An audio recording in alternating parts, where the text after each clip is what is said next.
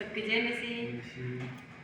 आज मोर बीच में आहे मोर भाई तो मैंने कर संगे गाना गायक जाती आकाश सिली तो लिए कर द्वारा भी परमेश्वर का महिमा उसका कि गीत में वचन के ही आधार में गीत है और कितना ही वचन आकाश पृथ्वी सब फैल जाए लेकिन परमेश्वर का साथ कभी भी नहीं जाने।